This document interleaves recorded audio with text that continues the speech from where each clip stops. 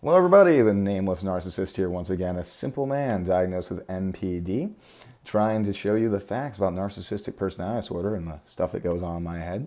Keep in mind, I'm no clinician. I can only speak to my own experiences. But if you like this video, please like, comment, and subscribe. Follow me on social media. I have some of those. They're in the description, probably, unless I forgot about them. I probably didn't. So we're going to be talking about enmeshment today. A little bit of background on this. Basically, people with cluster B personality disorders have very poor boundaries, right? We can either have a tendency, like in the case of borderlines, to kind of lose themselves in people. And for borderlines, they actually fear losing themselves in people as well as wanting to be part of them, if that makes sense. It kind of does with me. And then for me, obviously, I view people as extensions of myself. Everybody else reflects on me, who I associate with, and I might use them vicariously to get my narcissistic needs met. Get all that good old self-esteem juice, my little self-esteem juice oil man. I called them my army ants at one point. But so that's a little bit of background on what that kind of means enmeshment. And enmeshment is when that kind of those boundaries do break down, right? So let's see what we talked about with this. This was also another conversation in the Discord chat because me and another narcissist and two borderlines were going back and forth about this. It was super interesting. Oh, and also I'm going to read off our systematic, our DID person or people being completely bewildered by this situation, right? Let's see. So I said, wait, where'd it go? God damn it. So systematic said, so there's no way to make it not about a person with borderline unless you very specifically make sure to use we, us type language. And that's when I first thought about enmeshment. I was like, that's an enmeshment shit right there when you phrase it like that. Like they're almost viewing themselves as one. But I kind of misinterpreted that, right? And then they agree with me in terms of that being enmeshment stuff. And then systematic was like, what the fuck, what does that mean? What does that mean? I tried to explain what that was. And they also chimed in with, but also once you established trust TM, then eventually UI statements become more safe, which I find really funny because trust, in quotes or with an asterisk, perfect to describing how cluster Bs view trust. It's like, we will never trust you completely, but we can trust you. Does that make sense? Trust asterisk TM. Trust in quotes with an asterisk and a TM. That's how I describe trust now. So then once you establish trust, because I've been able to observe the type of person you are, so therefore I know you don't mean this in the ways I'm programmed to interpret them. Yeah, kind of wrong with trust right there. And so this is where it got super interesting. In a weird way, the only thing that separates me from the other person, this is the borderline talking, by the way, is implying that we are a team, because there's no I in team. A team is at least two people per definition. So basically, it becomes, whereas when you say I, it relates to me, and that's where the enmeshment is at. I equals you equals me, right? Because it relates back to them in that way. But at least if you use the terminology of we, it's guaranteed there's two people there. And so it's so fascinating because not only is we establishing that they are a team, that they are a couple, that they are together, but it's also encouraging them being individualized. So they avoid the fear of enmeshment and the fear of abandonment. The fear of engulfment is actually what it's called. They avoid the fear of engulfment and the fear of abandonment with the word we. Isn't that interesting? That's fascinating to me. Oh, that's so cool. I'm pretty sure yeah. And then Systematic was like, that shit made so much sense when I read it. We lose Systematic a little bit later on. And the borderline said, us equals you and me, separate but together. Yes, exactly. It's both the bondage and, as I phrase it, both the bondage and preventing engulfment at the same time. And then Systematic got very confused at the I equals you equals me. Oh my God, that's funny. So I then go into saying this, relaying it back to NPD, because, I talk about myself all the time. I said, I've literally never feared losing myself in someone.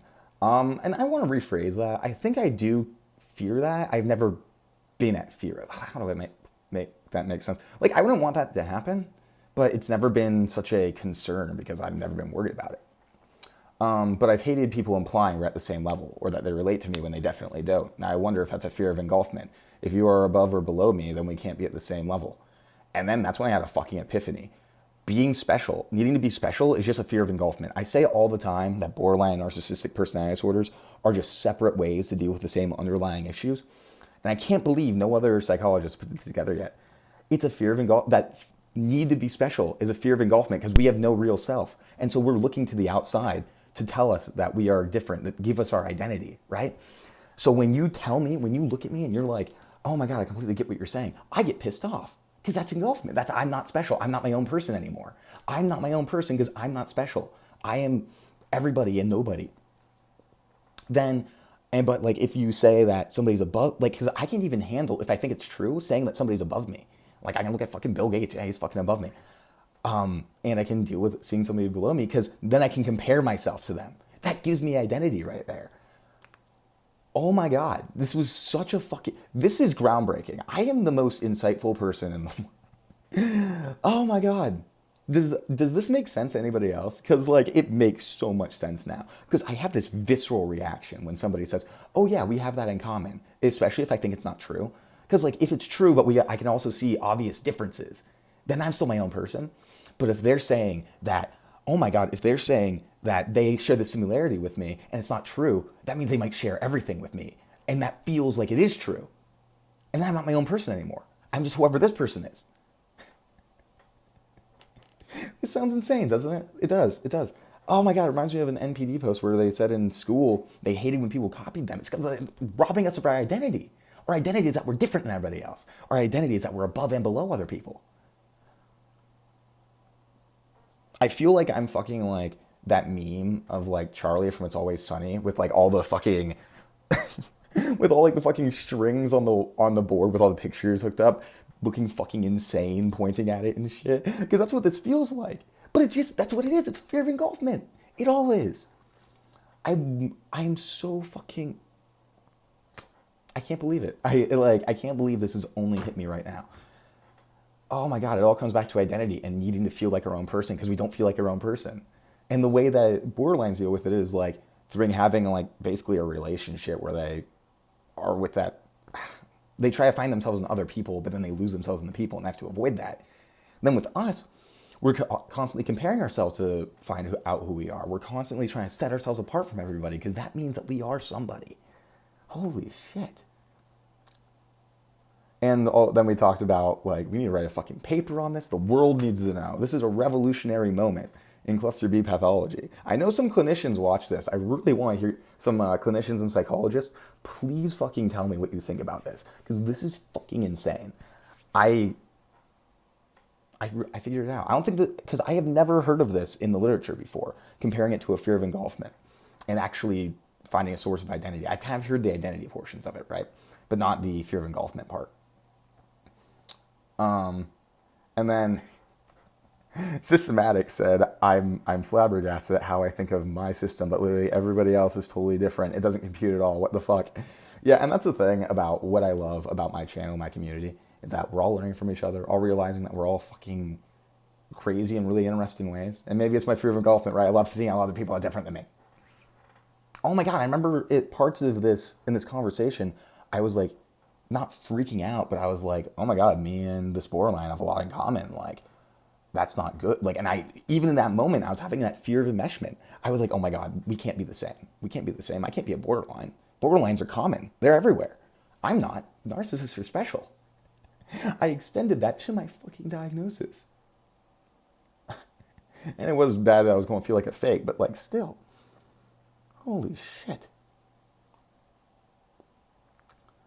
I'm trying to see if this might be the last of the, fucking Systematics losing their mind. I don't know, man. I don't even know. The contradictions got me all tongue-tied and fuzzy-brained. I'm totally at a loss for words. I'm going to end it there with Systematic having a fucking meltdown. Oh my God. I wonder how many of you, after you get through with these videos, because this is the second of me reading this Discord chat, because we fucking went at it for like 3 hours just discussing this and breaking it up into kind of the sections, right? But I'm really curious when I finish this series, quote unquote, if I'm going to have, if all of you are going to feel like Systematic does, of just being like, whoa, what is happening? I am very, oh my God, this was fascinating though. But thank you all for watching. Have a good day. Like, comment, subscribe, please, if you haven't already. Do it again. Can you do it again? I don't know. Anyways, have a good day. Take your fucking meds.